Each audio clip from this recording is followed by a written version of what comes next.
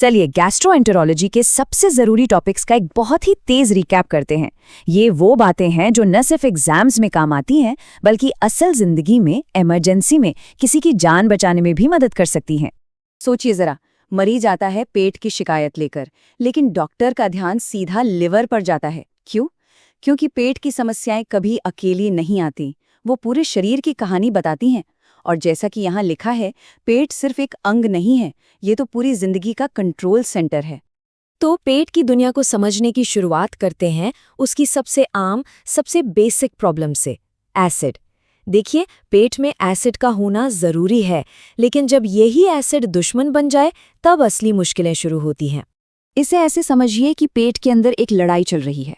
एक तरफ है एसिड और पेप्सिन की हमलावर सेना और दूसरी तरफ है पेट की अपनी सुरक्षा कवच। जब हमलावर सेना ज्यादा ताकतवर हो जाती है तो वो कवच को तोड़ देती है और नतीजा अल्सर। तो ये एसिड अटैक होता क्यों है? इसका सबसे बड़ा विलन है एक बैक्टीरिया, एच पाइलोरी। ज्यादातर मामलों में यही जिम्मेदार होता है, पर इसके अलावा दर्द की दवाइयाँ यानी एनएसएड्स और हमारी लाइफस्टाइल जैसे स्ट्रेस और स्मोकिंग भी इसमें बहुत बड़ा रोल प्ले करते हैं।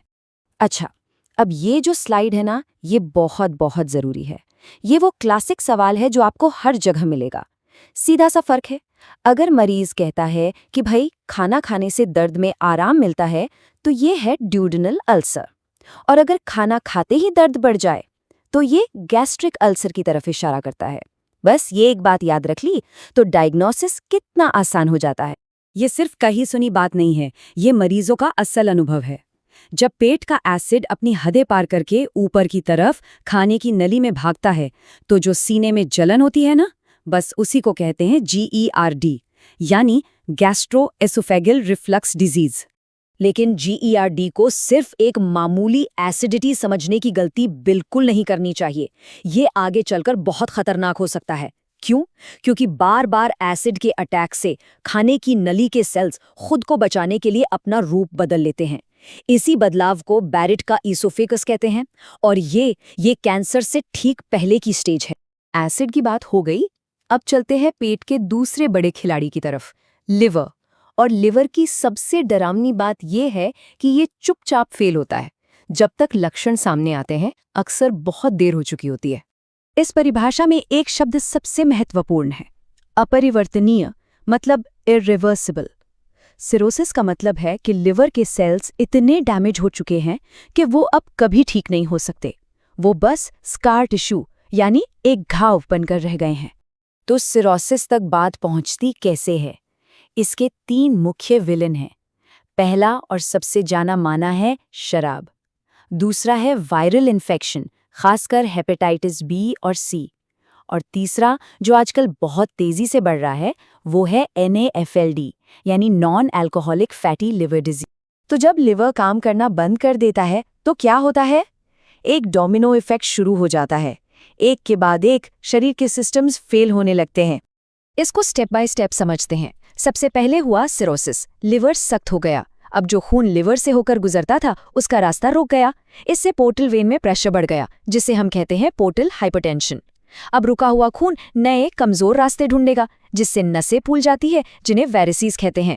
और इसी प्रेशर की वजह से पेट में पानी भरने लगता है, जिसे असाइटिस कहते हैं। देख रहे हैं, एक प्रॉब्लम से 4 और प्रॉब्लम। और यही वेरिसेस जो लिवर फेलियर की वजह से बनी, जब फट जाती हैं तो होती है अपर GI ब्लीडिंग। ये एक और ज़रूरी फ़र्क है। अगर खून की उल्टी हो या काला स्टूल आए तो ये अपर GI ब्लीड है, और अगर फ्रेश लाल खून स्टूल में दिखे तो ये लोअर GI ब्लीड है। दोनों के कारण और जांच के तरीके बिल्कुल अलग हैं। लिवर का एक और बड़ा काम है खून को साफ करना। हमारे शरीर का फिल्टर है ये। जब ये फिल्टर काम करना बंद कर दे तो खून में जहर, टॉक्सिन्स जमा होने लगते हैं, और ये जहर सीधा हमारे दिमाग पर हमला करता है। और इस दिमागी हमले का एक क्लासिक साइन है एस्टेरिक्सिस।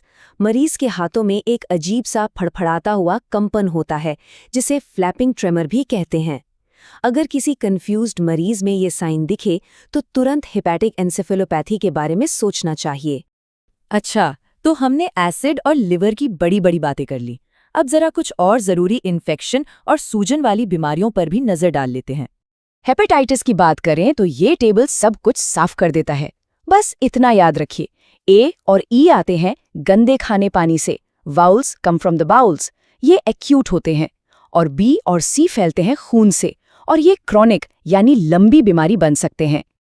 अब हेपेटाइटिस से जुड़ी 3 बातें हैं जो बिल्कुल नहीं भूलनी है। पहली, हेपेटाइटिस ई प्रेगनेंसी में जानलेवा हो सकता है। दूसरी, हेपेटाइटिस सी के क्रॉनिक होने के चांस सबसे ज्यादा होते हैं। और तीसरी और सबसे जरूरी, हेपेटाइटिस सी की कोई वैक्सीन नहीं है। अब आते हैं पैंक्रियाज पर। इसके बारे में कहा जाता है कि ये वो हालत है जब पैंक्रियाज खुद को ही पचाना शुरू कर दे। सोचिए कितना दर्दनाक होगा ये। इसके अपने ही एंजाइम्स इसे खाने लगते हैं।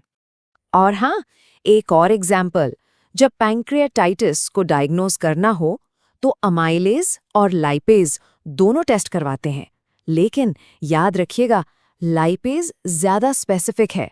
मतलब अगर लाइपेज बढ़ा हुआ है तो पैंक्रियास की प्रॉब्लम होने का चांस बहुत ज्यादा है। अब बात करते हैं IBD की, यानी इन्फ्लेमेटरी बाउल डिजीज। इसमें 2 मुख्य बीमारियां हैं, अल्सरेटिव कोलाइटिस और क्रोन्स डिजीज। फर्क क्या है? अल्सरेटिव कोलाइटिस, जैसा नाम से ही पता चल रहा है, सिर्फ कोलन यानी बड़ी आंत में होता है और लगातार होता है, जबकि क्रोन्स वो मुंह से लेकर एनस तक कहीं भी हो सकता है और स्किप लीजन्स के पैटर्न में होता है। मतलब थोड़ा हिस्सा बीमार, फिर थोड़ा ठीक, फिर बीमार। तो सीधा सीधा फर्क ये है, यूसी मतलब सिर्फ कोलन की लगातार सूजन, और क्रोन मतलब पूरे GI ट्रैक्ट में कहीं भी टुकड़ों टुकड़ों में सूजन। और इसी फर्क से उनकी कॉम्प्लिकेशंस भी अलग होती हैं। यूसी में कैंसर का रिस्क ज्यादा होता है और क्रोन में फिस्चुला बनने का। तो इन सब बातों से एक चीज तो साफ है, पेट सिर्फ खाने पीने का सिस्टम नहीं है। अगर पेट को ठीक से समझ लिया तो आधी मेडिसिन तो वैसे ही समझ आ जाती है। तो आखिर में एक सवाल उठता है। हम हमेशा से मानते आए हैं कि दिमाग ही शरीर का कंट्रोल सेंटर है, लेकिन पेट का इतना गहरा असर देखकर क्या ऐसा नहीं लगता कि असली कंट्रोल सेंटर शायद पेट ही है? ये एक सोचने वाली बात है।